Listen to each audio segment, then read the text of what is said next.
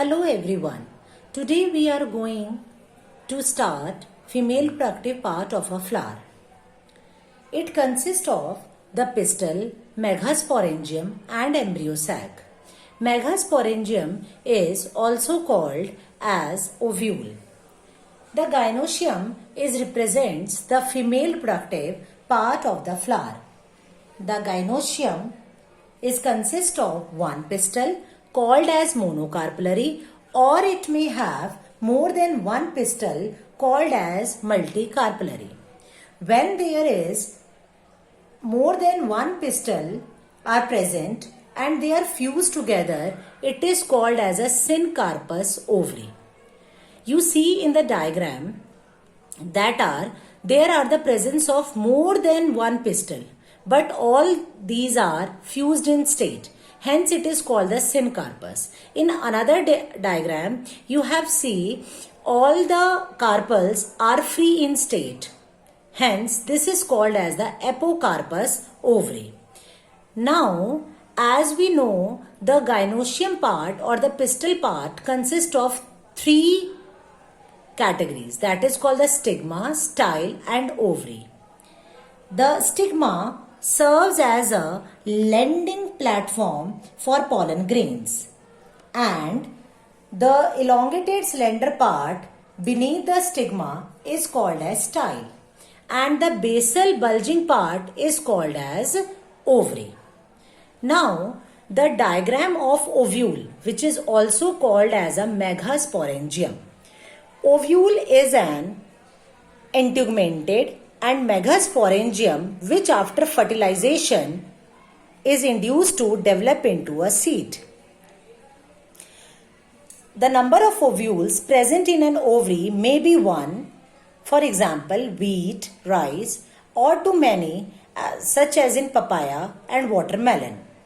Now the attachment of the ovule to the placenta by the means of the stalk, it is called as a funicle. इस portion को क्या कहते हैं हम? Funicle. And as we have learned in 11th class, various type of placentation occur. That is called the arrangement of ovules in the ovary. इसका मतलब क्या है कि जितने भी ovules हैं वो ovaries में ही present होते हैं and they show a different type of placentation. For example, marginal, parietal, free central, basal, and etc. Now, the point of attachment of the funicle, this is the point. The attachment of the funicle to the body of the ovule is called as hilum. As you see in the diagram, the hilum is the fused part of the funicle and the main body of the ovule. Now, it is the diagram of the typical inverted anatropous ovule. The main body of the ovule is composed of parenchymatous mass called nucellus, and it generally encloses a single embryo sac. This one is the embryo sac.